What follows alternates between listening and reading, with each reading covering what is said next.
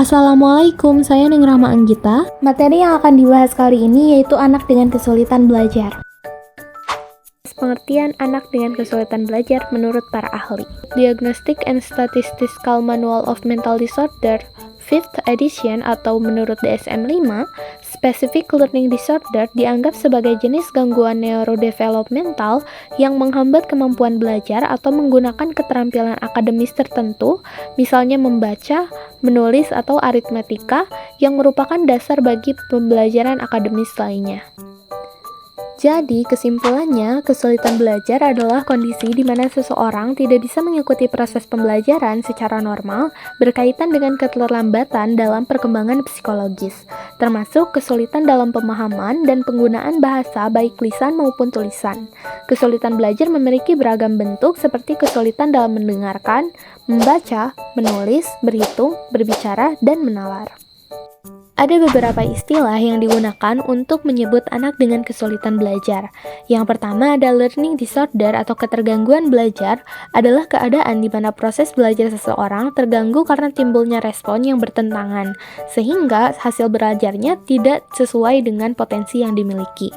Yang kedua ada learning disabilities atau ketidakmampuan belajar, adalah ketidakmampuan seseorang yang mengacu kepada gejala di mana seseorang tidak mampu belajar atau menghindari pelajaran, sehingga hasil belajarnya di bawah potensi intelektualnya. Yang ketiga ada learning dysfunction atau ketidakfungsian belajar, adalah menunjukkan gejala di mana proses belajar tidak berfungsi dengan baik meskipun pada dasarnya tidak ada tanda-tanda subnormalitas mental, gangguan alam indera, atau gangguan psikologis lainnya.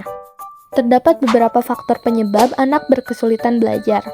Faktor penyebab anak dengan kesulitan belajar pada sebelum dilahirkan dan pada saat dilahirkan, yang pertama yaitu resiko keturunan atau genetik. Jika ada anggota keluarga dengan kondisi yang sama, resiko memiliki anak dengan kesulitan belajar lebih tinggi.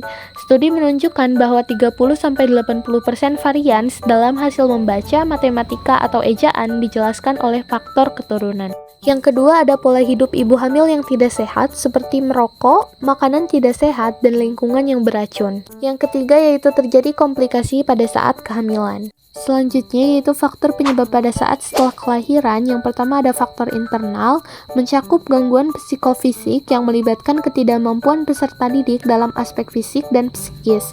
Contoh gangguannya yaitu pemahaman, berbicara, menulis, kesulitan mendengarkan, dan berhitung.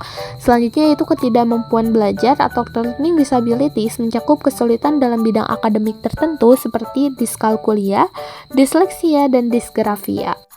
Yang kedua yaitu faktor eksternal yang mencakup suasana belajar yang kurang mendukung, landasan belajar yang kurang kuat, dan perancangan pengajaran dan penyampaian materi pembelajaran yang tidak sesuai. Klasifikasi dan karakteristik. Tidak semua siswa dengan gangguan belajar akan menunjukkan karakteristik yang sama.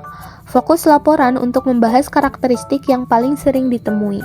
Identifikasi karakteristik kesulitan belajar yang pertama yaitu hyperaktivitas, impulsivitas, gangguan perhatian.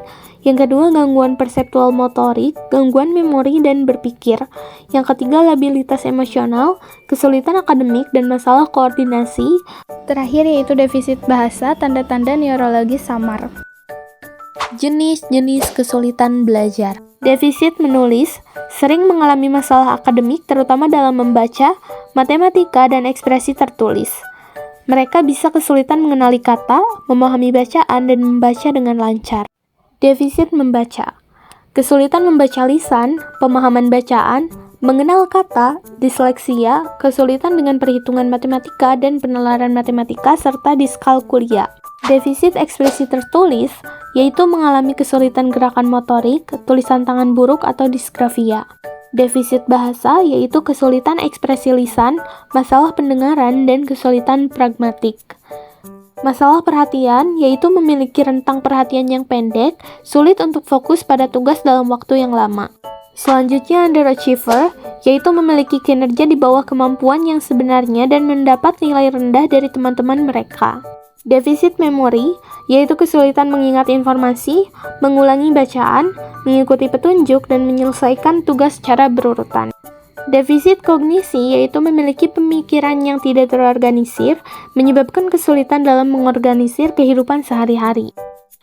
Selanjutnya yaitu gangguan perseptual, yaitu kemampuan siswa untuk mengenali, membedakan, dan menafsirkan sensasi yang diterima melalui penglihatan, pendengaran, dan sentuhan, bukan sekedar melihat atau mendengar saja.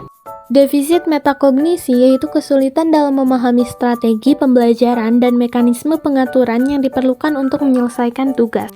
Diagnosis. Menurut DSM-5, untuk didiagnosis dengan SLD, seseorang harus memenuhi 4 kriteria, termasuk memiliki kesulitan dalam setidaknya 1 dari 3 area utama, yaitu membaca, ekspresi tertulis, dan atau matematika, selama setidaknya 6 bulan meskipun telah mendapat bantuan yang ditargetkan.